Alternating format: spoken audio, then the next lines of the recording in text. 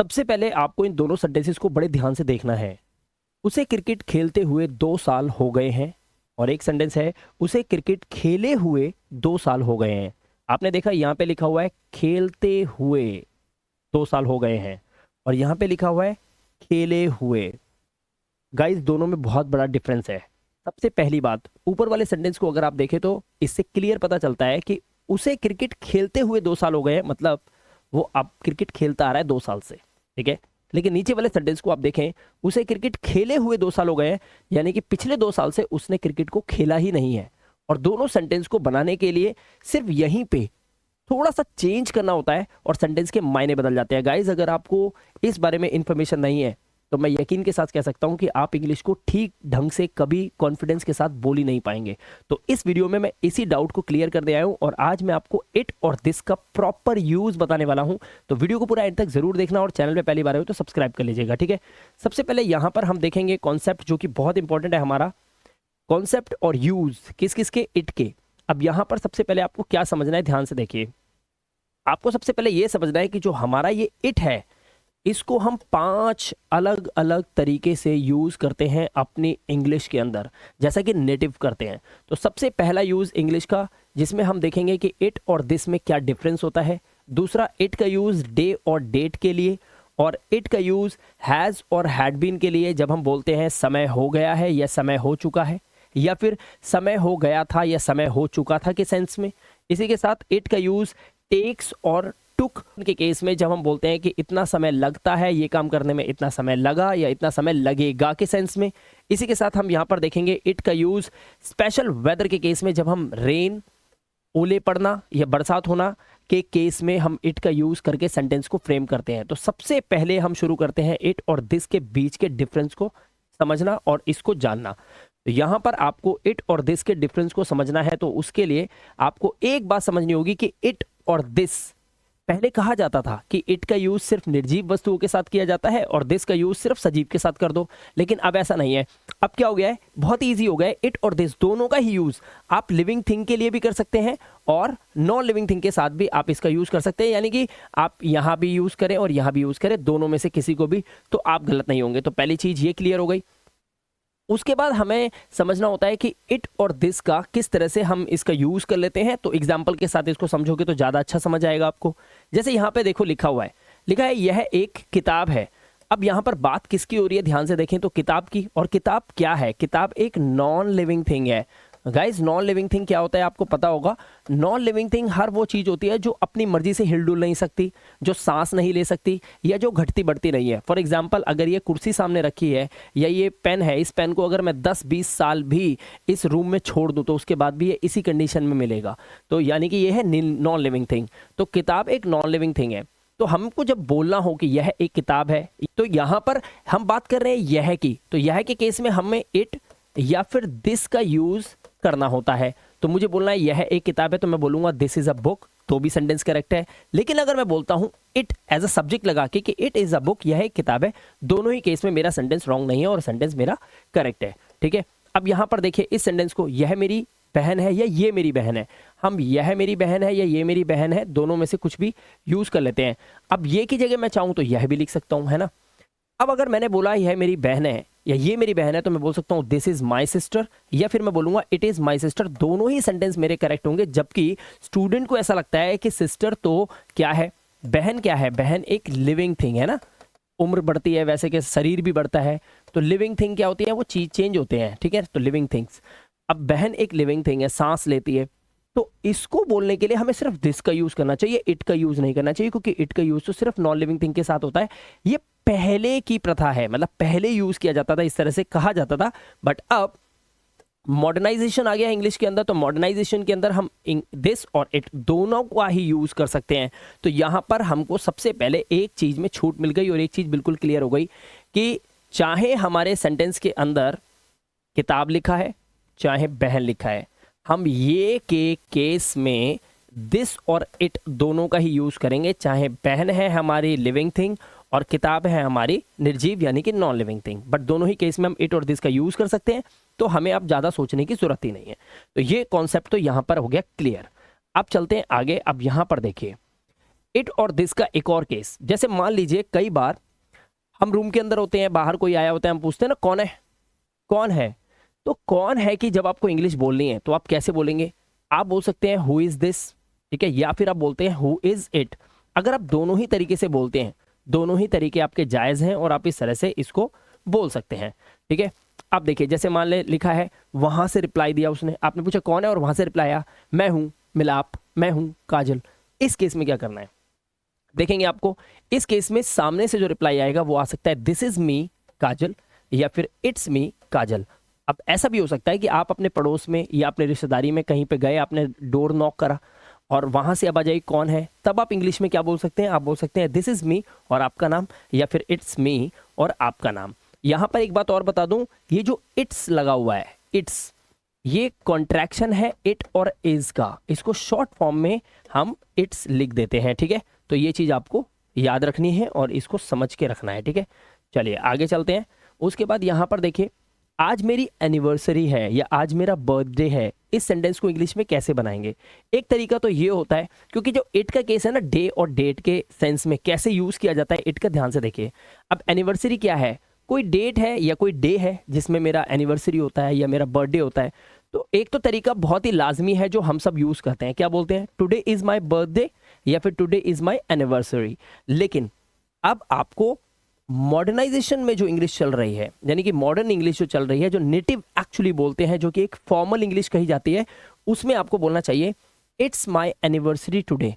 करना क्या है? सिर्फ छोटी सी बात, पहले आपने टुडे एज अ सब्जेक्ट लिया था, अब एज अ सब्जेक्ट तो आप ले आओ इट को, ठीक है। उसके बाद कॉन्ट्रैक्शन कर दिया तो इट्स हो गया, और टुडे को ले जाओ सेंटेंस के बिल्कुल लास्ट में। बस आपको इतना करना है। यानी कि अगर आपको बोलना है आज मेरा बर्थडे है, तो आप बोलेंगे इट इज माई, और फिर आप बोलेंगे birthday, it is my birthday, और फिर लगाएंगे टुडे। अच्छा, अगर आपको बोलना हो कल मेरा जन्मदिन है, तब आप बोलेंगे इट इज माई बर्थडे, और टुडे की जगह पे लास्ट में आप क्या बोल देंगे? टुमारो, ठीक है। बिल्कुल सिंपल है, तो इसमें आई होप आप गलती नहीं करेंगे। आगे चलते हैं कॉन्सेप्ट को लेकर। अगर आपको बोलना है कल छुट्टी होगी, कई बार हम बोलते हैं कल छुट्टी है, कल छुट्टी होगी। अगर आपको बोलना है कल छुट्टी होगी, तो क्या बोलेंगे? Tomorrow will be holiday. एक तो ये तरीका है, दूसरा है इट विल बी हॉलीडे, और टुमारो को उठा के आप सबसे लास्ट में ले गए, इस तरह से आप इसको बोल सकते हैं। इसी तरह से अगर आपको बोलना है आज 19 फरवरी 2025 है, कैसे बोलेंगे? टुडे इज 19 फरवरी 2025। एक तो ये तरीका है, एक और तरीका भी है, आप बोलेंगे इट्स 19 फरवरी और 2025, और उसके बाद ये जो आज है आपका, इसको आप लास्ट में ले गए और आपने टुडे लगाकर सेंटेंस को फ्रेम कर दिया।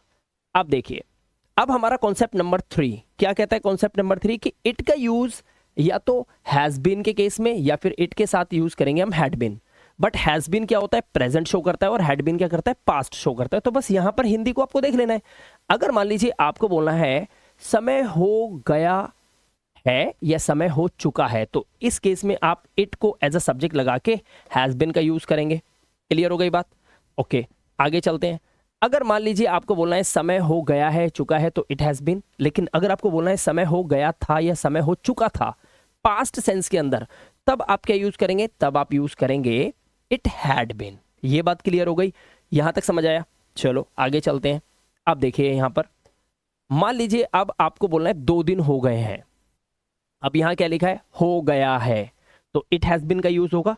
तो हमने क्या बोला? It has been. सब्जेक्ट में इट को हमने रखा, ठीक है। अब 2 दिन के लिए हम क्या कर रहे हैं उसको आपको समझना है, ठीक है। 2 दिन हो गए हैं तो इट हैज बीन, और उसके बाद वो जो 2 दिन है उनको आपको यहां लिखना है, तो इट हैज बीन 2 डेज। तो अगर आपको किसी को बोलना है यार 3 साल हो गए हैं, तो अब मैटर नहीं करता 2 दिन हो गए हैं, आपको ये बोलना है 3 साल हो गए हैं, तो आप बोलेंगे इट हैज बीन 3 years। अगर आपको बोलना है 2 सेकंड हो गए हैं, तो आप बोलेंगे इट हैज बीन 2 seconds। अगर आपको बोलना है 2 महीने हो गए, तो इट हैज बीन 2 months। अगर आपको बोलना है सालों हो गए हैं, तो आप बोलेंगे इट हैज बीन years, ठीक है। इस तरह से आप इसको बोल सकते हैं। तो हैज बीन का कॉन्सेप्ट बहुत ही इंपॉर्टेंट है, ठीक है। उसके बाद अगर आपको बोलना है 4 दिन हो गए थे, अब आ गया ना हो गए थे। हो गए थे के सेंस में मैंने क्या सिखाया? It had been. It had been लगाइए और 4 दिन को लगा दीजिए। अक्सर जब हम इंग्लिश को शुरुआत करते हैं बोलने की, तो हम ऐसे सेंटेंसेस में बहुत ज़्यादा अटक जाते हैं, और इसीलिए ये कॉन्सेप्ट मैं आपके लिए लेकर आया हूँ, ठीक है। ये क्लियर हो गया? अब देखो, मान लो कई महीने हो चुके हैं, अब हो चुके हैं आपने देखा ना, तो आपने क्या बोला? इट हैज़ बिन, क्योंकि ये प्रेजेंट है, तो it has been several months, ठीक है। ऐसे बोल सकते हैं। कई साल हो चुके थे तो it had been several years, इस तरह से बोल सकते हैं। अच्छा, मुझे 2 महीने हो गए हैं। अब ना यहाँ पर थोड़ा सा चेंजेस आया है। आपने देखा क्या चेंजेस आया है? यहाँ पे लग गया मुझे, मतलब 2 महीने हो गए हैं। कैसे बोल रहे थे? इट हैज बीन 2 मंथ्स, यहाँ तक तो आप बोल ही रहे थे, ठीक है। लेकिन अगर आ गया मुझे या तुझे, तो यहाँ पर टू लगा के, मुझे के लिए मी, तुझे के लिए टू यू, उसे के लिए टू हर, लड़के के लिए टू हिम, है ना, उनके लिए टू देम। इस तरह से आप इनका यूज कर सकते हैं प्रोनाउन लगा के, ठीक है। ये क्लियर हो गया कॉन्सेप्ट। अब देखो आगे चीजें चेंज होती जाती हैं। मान लो आपको बोलना है उसे 2 महीने हो गए हैं, तो इट हैज बीन 2 मंथ्स, 2 महीने हो गए हैं, तो हो गए हैं के लिए हैज बीन, ठीक है। इट हैज बीन 2 महीने के लिए आपने लगाया 2 मंथ्स, उसके बाद उसे, कोई लड़का है तो टू हिम और कोई लड़की है तो टू हर का यूज आप कर सकते हैं। अब देखो राघव को 2 साल हो गए हैं, हो गए हैं आ गया तो आपने लगाया इट्स बिन।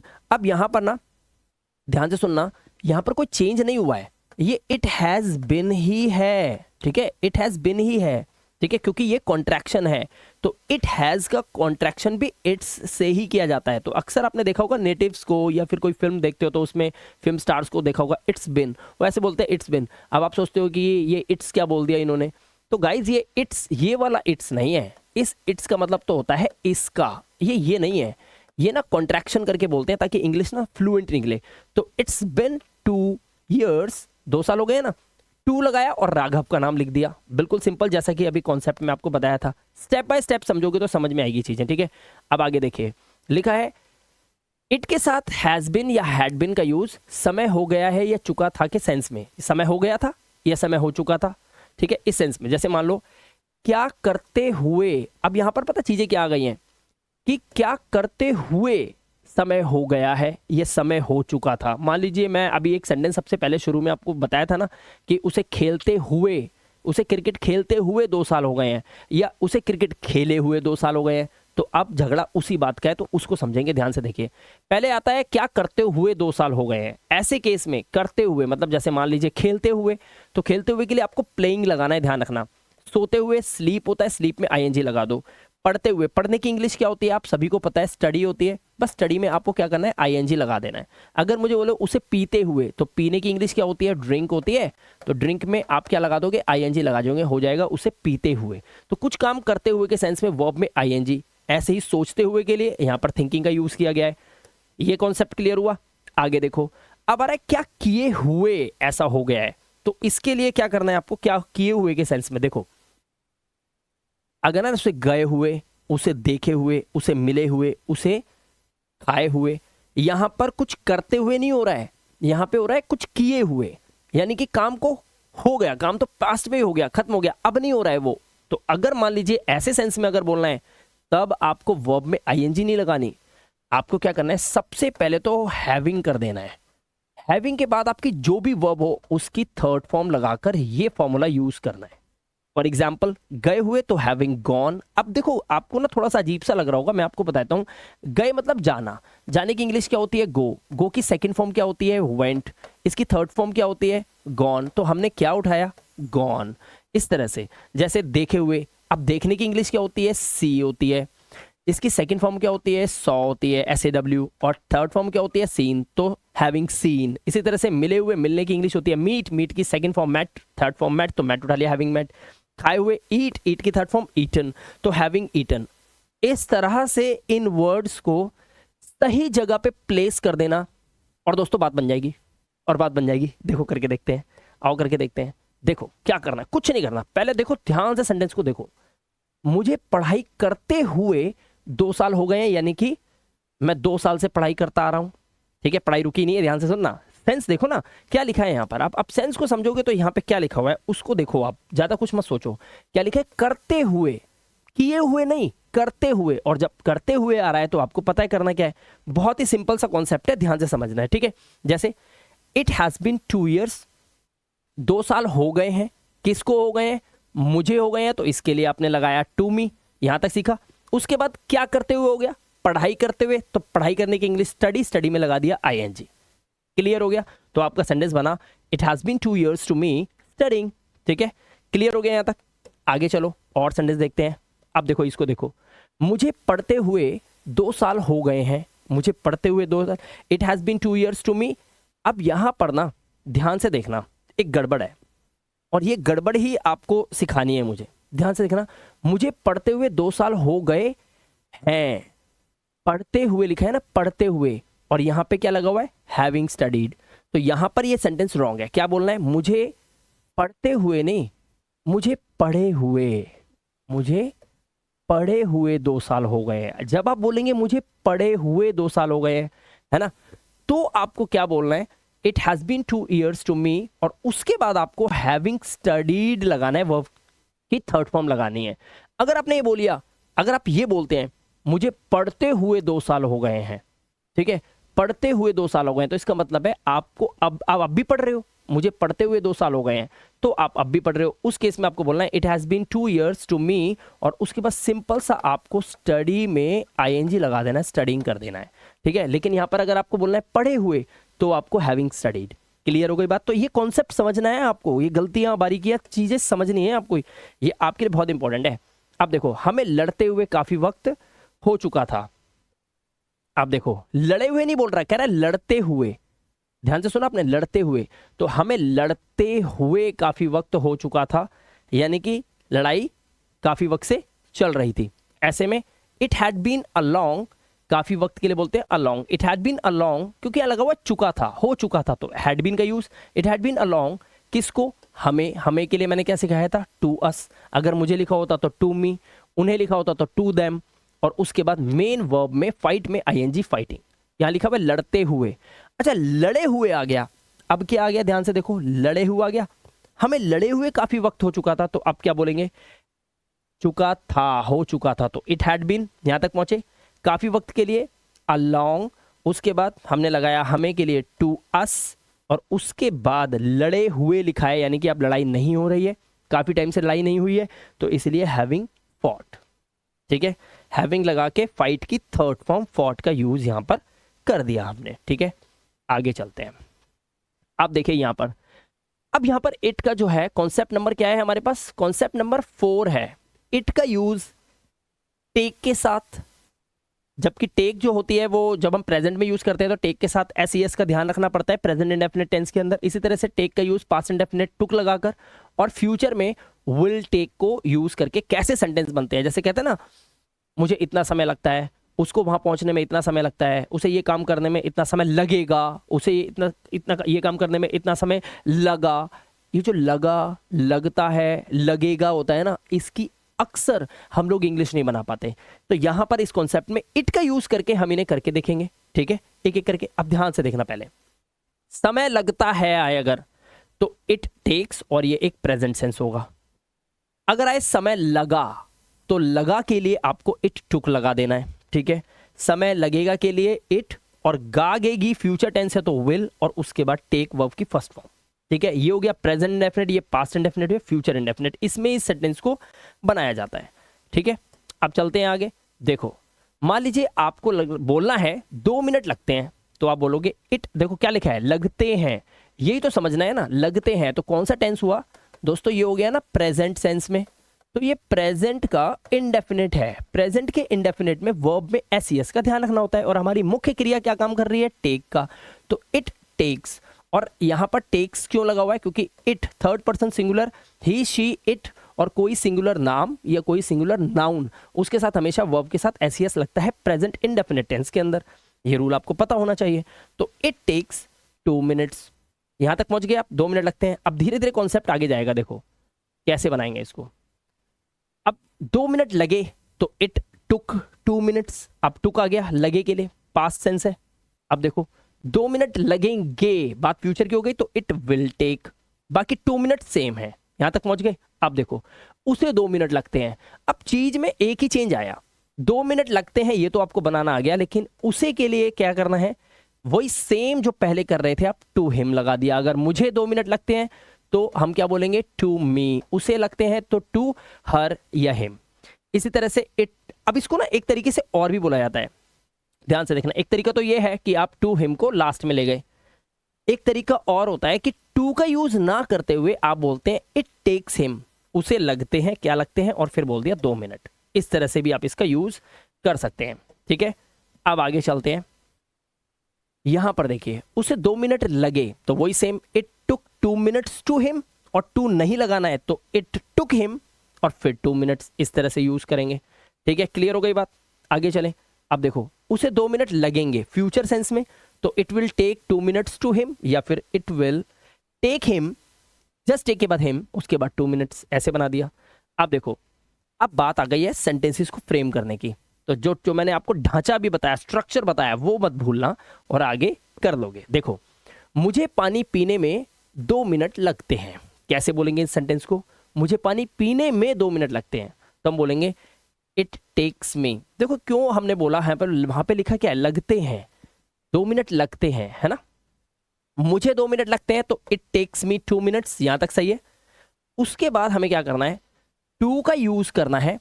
अब क्या लिखे? पानी पीने में, है ना, तो हम बोलेंगे टू हैव द वाटर।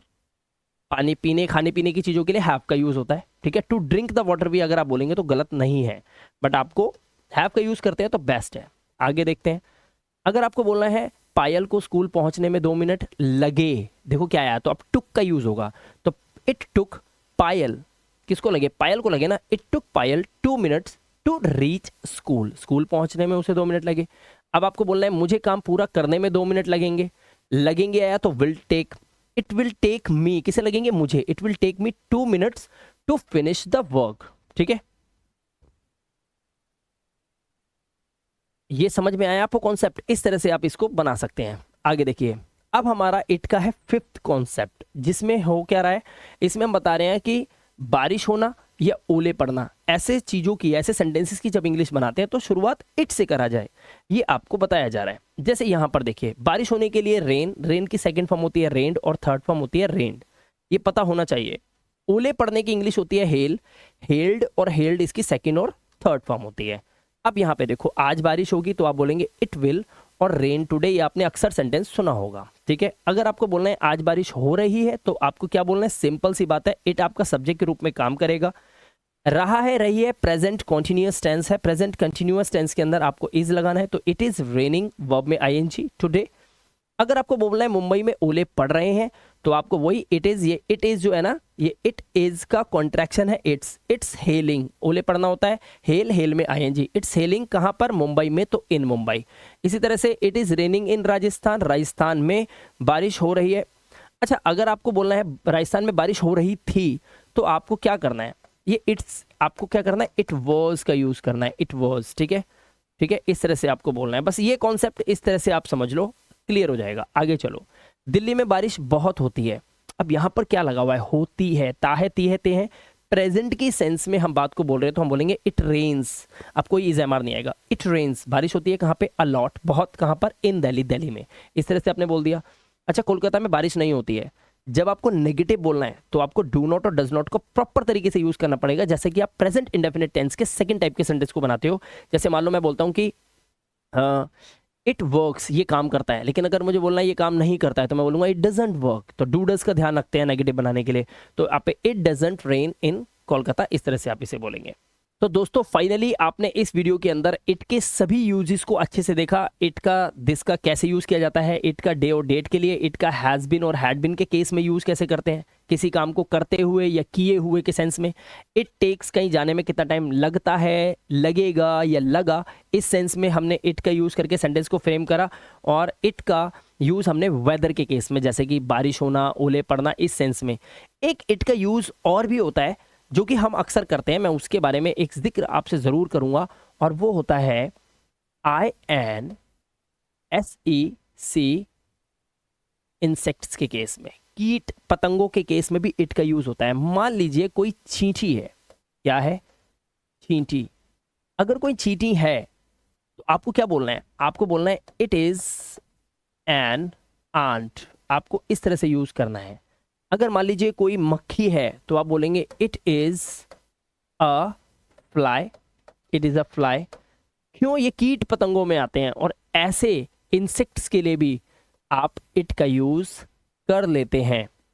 लेकिन बड़ी ही रोचक बात आपको बताता हूं।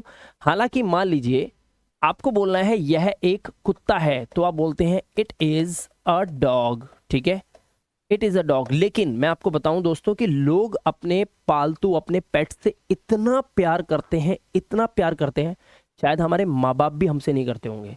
और ये बात बिल्कुल हकीकत है, लोग अपने पालतू से इतना प्यार करते हैं। अगर आपने बोल दिया ना कि यह एक कुत्ता है, इट इज अ डॉग, भाई आप इट इज अ डॉग नहीं बोलना है, आपको पता है क्या बोलना है? आपको बोलना है he is my favourite, he is my favourite puppy. अगर उसका नाम पप्पी है ना तो प्यार से लो, मालिक खुश हो जाएगा, आपको चाय पिला देगा। यहां पर देख रहे हो आप कुत्ते के लिए क्या यूज किया जा रहा है? ही का। जबकि ही क्या संकेत देता है? ही संकेत देता है कि इस सेंटेंस के अंदर पप्पी कोई लड़का है, कोई व्यक्ति है। लेकिन हम यहाँ पे ही का यूज कर लेते हैं। मैंने कई इंग्लिश मूवीज के अंदर देखा है, वो अपने पेट के लिए ही और शी का यूज कर रहे हैं। अगर फीमेल है तो शी और मेल है तो ही का। तो दोस्तों इंग्लिश को बोलते समय आपको इतना चिंता और इतना घबराने की जरूरत नहीं है। अब आप इनका यूज इजीली कर सकते हैं, बट आपको बोलने की शुरुआत आज से ही करनी होगी, तभी आप इंग्लिश में महारत हासिल कर पाएंगे। आई होप आपको ये वीडियो दोस्तों बहुत अच्छी लगी होगी। वीडियो अच्छी लगी हो वीडियो को एक लाइक जरूर कीजिएगा। और हाँ, इस चैनल पे अगर आप पहली बार आए हैं तो चैनल को सब्सक्राइब करें और बेल आइकन बटन को भी प्रेस कर लेना, ताकि हर एक वीडियो का नोटिफिकेशन आपको आपके मोबाइल फोन पे बिल्कुल टाइम से मिल जाए। और एक छोटी सी इंफॉर्मेशन और आपको साथ में दे देता हूं जाने से पहले दोस्तों, मेरा यूट्यूब पे एक और चैनल है जिसका नाम है ड्रीम इंग्लिश। ये मेरा एक और यूट्यूब चैनल है ड्रीम इंग्लिश, जिसका लिंक मैं इस वीडियो के डिस्क्रिप्शन में सबसे ऊपर दे रहा हूं। आप चाहें तो इस चैनल पे विजिट करके बिल्कुल डे 1 से लेकर all day complete English speaking course कर सकते हैं। पूरा इंग्लिश स्पीकिंग कोर्स जो कि बिल्कुल आपके लिए फ्री है। यानी कि यहां पर आप सीरीज में वीडियोस को देखते जाएंगे ना, डे 1 से और अब तक जितनी मैंने डाली है, तो ऐसा लगेगा आपको जैसे आपका इंग्लिश स्पीकिंग कोर्स चल रहा है। इस वीडियो के डिस्क्रिप्शन में मैं लिंक दे रहा हूं, जाइए आज ही उसी चैनल पे विजिट कीजिए और सीरीज से वीडियोस देख के अपने इंग्लिश स्पीकिंग कोर्स को कंप्लीट क्यों नहीं कर लेते आप लोग। मैं बिलाल गुप्ता मिलूंगा आपसे नेक्स्ट इंटरेस्टिंग वीडियो के साथ। Till then, good bye.